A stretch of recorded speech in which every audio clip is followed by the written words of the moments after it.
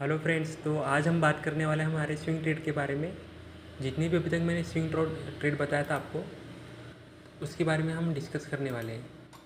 तो जैसा कि अगर अब मैं दिखा देता हूँ हमारी फ़ाइल में जो मैंने आपको बताया था, उसमें अभी तक मैंने मेरे सिस्टम के अकॉर्डिंग जितनी भी स्विंग ट्रेड फाइंड आउट की है, उसको आज हम एनालिसिस करने वाले हैं। यानी उन्हीं को एनालिसिस करने वाले हैं जिनका या तो स्टॉप लॉस या तो टारगेट हिट हो चुका है।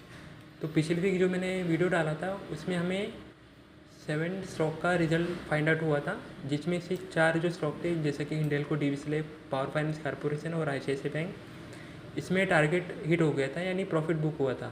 यानी जो भी हमारा प्रॉफिट लेवल का टारगेट था वो हिट हुआ था। और 3 स्टॉक ऐसे थे जिनका हमारा स्टॉप लॉस का जो लेवल था वो हिट हुआ था।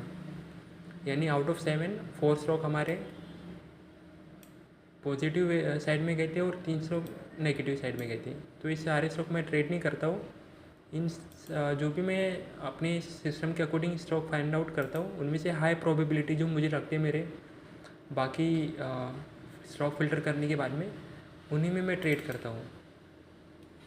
तो जैसा कि मेरा खुद का जितने भी मैंने स्विंग ट्रेड बताया आपको, तो उनमें से कुछ अभी भी मेरे पोर्टफोलियो में जैसे कि हिंडेल्को है और पावर फाइनेंस कॉर्पोरेशन, इन दोनों का टारगेट ऑलरेडी हिट हो चुका है और मैंने हाफ क्वान्टिटीज़ में एग्जिट की है। और बाकी स्टॉक में बाकी जो मेरा चल रहे है ट्रेड, वो अभी भी ऑन गोइंग है, यानी वर्क इन प्रोग्रेस है। तो अब जो नए हमें पिछली वीक के बाद से इस वीक तक जो नए स्टॉक में हमें प्रॉफिट आया तो स्टॉप लॉस देखने को मिला है, उनके बारे में मैं डिस्कस करता हूँ। तो अगर मैं आपको दिखा देता हूँ ये एक्सेल फाइल में, तो ये एक्सेल फाइल में 1 सितंबर जो मैंने प्रीवियस वीक बताया था उसके बारे में ही, और ये 8 तारीख वाले पे फ़िल्टर लगा के मैं बता देता हूँ जो हमें इस वीक तक नए स्टॉक में टारगेट है तो स्टॉप लॉस हिट हुआ है। तो सबसे पहले हमारा बजाज फाइनेंस। तो बजाज फाइनेंस को देख लेते चार्ट पर। बजाज फाइनेंस,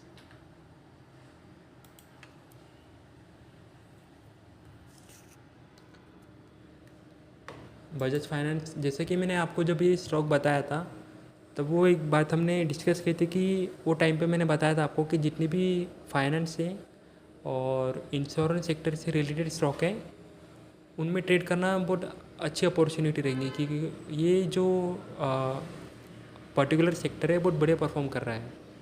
तो उसी के अकॉर्डिंग मैंने आपको बताया था। और इसमें साथ ही साथ अगर आप देखेंगे तो रिस्क टू रिवॉर्ड भी बढ़िया था, तो उसके अकॉर्डिंग मैंने आपको बताया था। एक चीज़ और मैं आपको दिखा देता हूँ, मार्कर से बताना थोड़ा इजी रहेगा, तो मार्कर ओपन कर लेता हूँ मैं। तो जैसा कि अगर मैं आपको दिखा देता हूँ, तो ये जो लेवल है याला जो मैंने मार्क किए हैं, ये लेवल पे मैंने आपको हमारे सिस्टम के अकॉर्डिंग मैंने बाय करने का बताया था। मेरे सिस्टम के अकॉर्डिंग मुझे एंट्री मिली थी। ये कैंडल जो बुलिश कैंडल बनी थी, इसी की कैंडल के हाई के ऊपर में। और हमारा जो स्टॉप लॉस मैं रखता हूँ, वो थोड़ा सा मैं अगर आपको दिखा देता हूँ ATR वैल्यू, तो जो भी स्विंग लो पॉइंट होता है उसका लोवेस्ट लो पॉइंट के नीचे थोड़ा सा हम 180R की वैल्यू माइनस करके हमारा स्टॉप लॉस रखते हैं। ये जो 180R की वैल्यू है, ये जो इंडिकेटर है ATR इंडिकेटर 20 पीरियड का रखता हूँ मैं। और ये जो लो पॉइंट है, यहाँ से ATR की वैल्यू माइनस करता हूँ।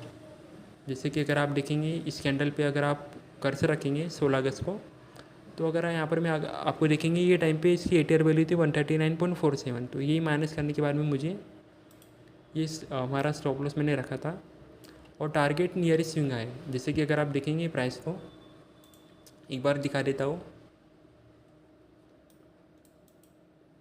अगर आप देखेंगे तो प्रीवियसली प्राइस एक लेवल जहाँ से बार बार सेलिंग प्रेशर आ रहा था, वही लेवल पे हमने हमारा उस लेवल से थोड़ा सा पहले हम अपना टारगेट रखते हैं।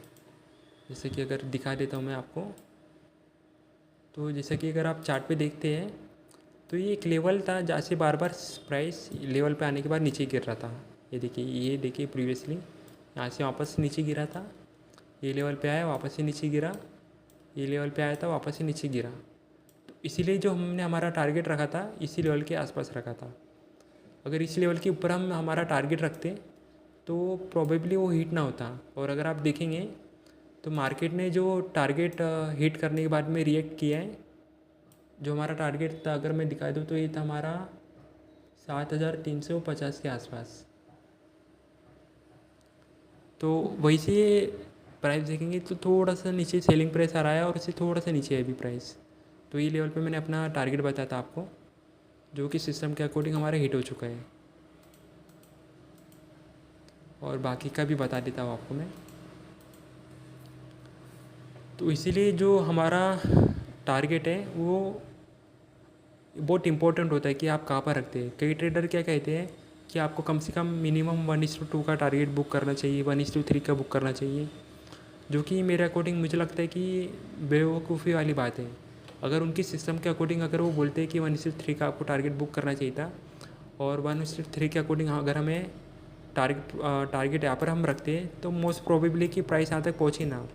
क्योंकि अगर हम देखेंगे तो ये जो लेवल था यहाँ पर में सेलर्स बैठे हुए हैं, तो ये लेवल तक पहुँचने में मार्केट को बहुत डिफ़िकल्टी होंगी। तो ये एकदम बेवकूफ़ी वाला लेवल है मेरे हिसाब से। हो सकता है मार्केट आगे जाके ऊपर ये लेवल पर जाए, लेकिन हाई प्रोबेबिलिटी इतनी है कि जितनी भी हम ट्रेड करें तो स्टॉक यहाँ पर ना पहुँच पाए। तो इसी वजह से जैसे कि हम स्विंग ट्रेड कर रहे हैं, हमें एक स्विंग ट्रेड कैप्चर करना है, तो उसी के अकॉर्डिंग हमें अपना टारगेट नियरेस्ट स्विंग हाई जो प्रीवियसली जहाँ पर सेलिंग प्रेशर आया था उसी से थोड़ा सा पहले रखना है।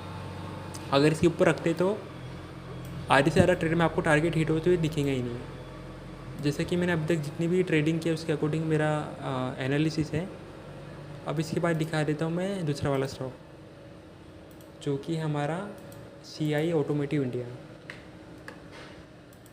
CI ऑटोमोटिव इंडिया, इसको देख लेते एक बार।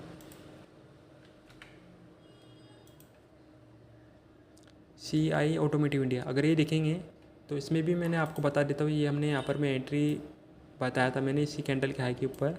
स्टॉप लॉस हमारा ये था और ये टारगेट था। तो जैसे कि मैंने आपको बताया कि हमारा जो टारगेट रहता है वो नियरेस्ट स्विंग आए, यानी प्रीवियसली जैसे सेलिंग प्रेशर आया था, देखेंगे आप यहाँ से आया था, यहाँ से थोड़ा सा आया था, वापस से यहाँ से आया था। तो एक लेवल है जहाँ से जो सेलर्स है प्राइस को नीचे पुश कर रहे हैं। तो बस उसी लेवल के आसपास हमने हमारा प्रॉफिट बताया, टारगेट ही सेट किया था। तो बस उसी कैंडल पे टारगेट हिट हो चुका है, और हिट होने के बाद वही से देखेंगे तो अगर आप रिवर्स हो गया प्राइस, यानी टारगेट हिट होने के बाद में प्राइस वापस से नीचे की तरफ आ रहा है। तो इसलिए अब हमारा जो टारगेट है वो एक अच्छे लेवल पे रखना बहुत ज़रूरी है। तो इसमें भी हमें टारगेट हिट हो चुका है, और उसी के बाद से अगर देखेंगे तो प्राइस कंटिन्यूसली नीचे आ रहा है। इसके बाद अगर दो और स्टॉक है जिनका तो एक्चुअल में कोई टारगेट है तो स्टॉप लॉस हिट नहीं हुआ है, लेकिन ये जो अभी लेवल पे है एक इम्पोर्टेंट लेवल पे, वो मैं बता देता हूँ आपको। Asian paints. तो एशियन पेंट्स अगर आप देखते हैं तो मैंने जैसे कि आपको बताया था, ये एक रेंज था जो काफ़ी टाइम से चल रहा था, लगभग 6-7 महीने का रेंज था। तो मैंने जो मेरे सिस्टम के अकॉर्डिंग फाइंड आउट किया कि जैसे ये रेंज से बाहर निकलेगा प्राइस और फर्स्ट सपोर्ट बनाएगा इसी लेवल के आसपास, ये जो जोन मैंने मार्क किया है, तो हम बाय करके चलेंगे। तो मैंने यहाँ पर मैं फाइनली एक बुलिश कैंडल बनी थी, इसी कैंडल के हाई के ऊपर मैंने आपको बताया था सिस्टम के अकॉर्डिंग मेरे बाय करूँगा मैं।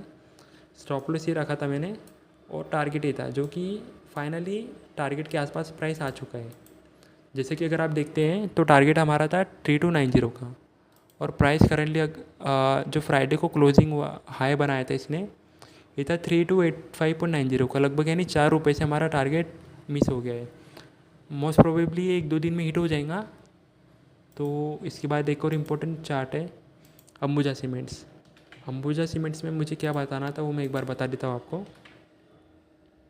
अंबुजा सीमेंट्स, तो ये जो अंबुजा सीमेंट्स का चार्ट है, अगर आप देखते हैं तो ये लेवल भी आपको बताना ज़रूरी था। जैसे कि अगर आप देखते हैं तो हमने एंट्री ये लेवल के आसपास बताया था मैंने, ये लेवल के आसपास, ये जो हमारा एंट्री जोन था, ये मेरा एंट्री जोन था इस कैंडल के हाई के ऊपर में, और स्टॉप लॉस हमारा इसी कैंडल के लो के नीचे 180 और की वैल्यू माइनस करके मैं रखता हूँ। ये मेरा स्टॉप लॉस का रेंज था। टारगेट हमारा नियरेस्ट स्विंग आया था, और अगर आप देखते हैं प्राइस, तो प्राइस हमारा एंट्री प्राइस के ऊपर गया, उसके बाद में नीचे नीचे नीचे नीचे नीचे जहाँ से हमने एंट्री की थी उस कैंडल के लो के नीचे भी आ चुका है। तो एक्चुअली इसमें हमारा स्टॉप लॉस हिट नहीं हुआ है, तो इसीलिए मैं जो हमारा जो स्टॉप लॉस है उसको थोड़ा सा जो लो पॉइंट है उसके नीचे 180 आर की वैल्यू माइनस करके हम रखते हैं। फॉर सपोज अगर हमने जो कैंडल पे एंट्री बनाई है उसी कैंडल के लो के नीचे अगर मैं स्टॉप लॉस रखता, तो हमारा स्टॉप लॉस इजीली इसी कैंडल पे हमारा स्टॉप लॉस हिट हो गया रहता। तो अगर आप देखेंगे तो हमारा स्टॉप लॉस है 598.95, जैसा कि मैंने आपको जब भी स्टॉक के बारे में बताया था उसी टाइम पे हमने सेट किया था स्टॉप लॉस। और ये जो कैंडल का लोवेस्ट लो है ये था 600.70 रुपये, 600.70। और हमारा स्टॉप लॉस एक्चुअली इसमें हिट नहीं हुआ है, तो इसलिए हम हमेशा अपना जो स्टॉप लॉस है उसको थोड़ा सा नीचे रखना चाहिए 180 और वैल्यू माइनस करके, ताकि हम जल्दी से एग्जिट ना हो। और प्रोबेबली अगर आपको देखते हैं तो आने वाले समय में देखते इसमें कैसे क्या चलता है उसके बारे में हम डिस्कस करेंगे। तो ये स्टॉक इसलिए मैं बता रहा था आपको कि स्टॉप लॉस के प्रोस्पेक्टिव से कि क्यों मैं अपना स्टॉप लॉस थोड़ा सा नीचे रखता हूँ। और अभी के लिए तो बस इतनी, हमें इस वीक 2 ही नए स्टॉक दिखे जिसमें हमें प्रॉफिट बुक हुआ है। तो ओवरऑल अगर हम देख लेते हैं अभी, तो ओवरऑल की बात करते हैं हम।